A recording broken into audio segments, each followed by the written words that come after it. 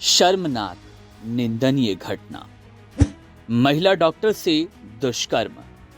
क्या बोले चिराग पासवान? जिस तरीके से मैंने हमेशा इस बात को कहा है कि अगर कोई भी ऐसी घटना घटती है, भले वो किसी भी राज्य में हो, किसी भी सरकार के तहत, इस तरीके की घृणित घटनाओं को कतई किसी भी सभ्य समाज में स्वीकार्यता नहीं दी जा सकती और जो भी दोषी हों उसके ऊपर कड़ी से कड़ी कार्रवाई होनी चाहिए।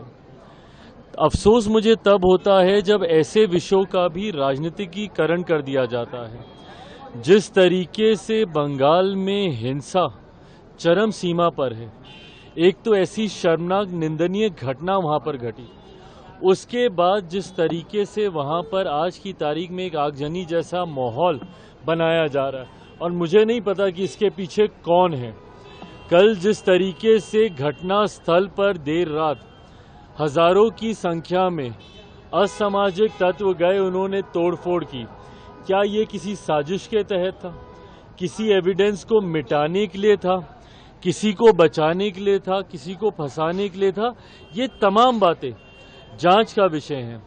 पर जब वहां की सरकार इसके ऊपर आंख मूंद कर बैठती है, चिंता वहां से शुरू होती है। और ये वही सरकार है जो देश में कहीं पर भी कोई ऐसी घटना होती है तो सबसे ज्यादा आवाज बुलंद करने वाले ये लोग होते हैं। मुझे ताज्जुब है कि जहां की मुख्यमंत्री एक महिला हो, वो मुख्यमंत्री इसके ऊपर खामोश रहती है। इनकी तमाम महिला सांसद इसके ऊपर खामोश रहती हैं और देश के किसी और कोने में अगर ऐसी घृणित घटना को अंजाम दिया जाता तो सबसे पहले ये लोग मुखर होते हैं। ऐसे में दूसरे का जुर्म होता है और जब वही छींटे आपके ऊपर आते हैं तो आप उसको छुपाने का आप काम करते हैं। जब ये दोहरी रणनीति चलती है, ऐतराज इस बात से होता है। मैं पुनः दोहराता हूं, देश के किसी कोने में आज मेरे प्रधानमंत्री आदरणीय नरेंद्र मोदी जी ने भी अपने स्वतंत्रता दिवस के कार्यक्रम में देश को संबोधित करते हुए सुबह अपने वक्तव्य में भी ये बात उन्होंने प्रमुखता से कही कि समाज को भी जिम्मेदारी को लेना होगा। और जिस तरीके से बहन बेटियों के साथ आज की तारीख में भी इस तरीके की घटनाओं को अंजाम दिया जाता है, वो कहीं से भी बर्दाश्त नहीं की जाएंगी।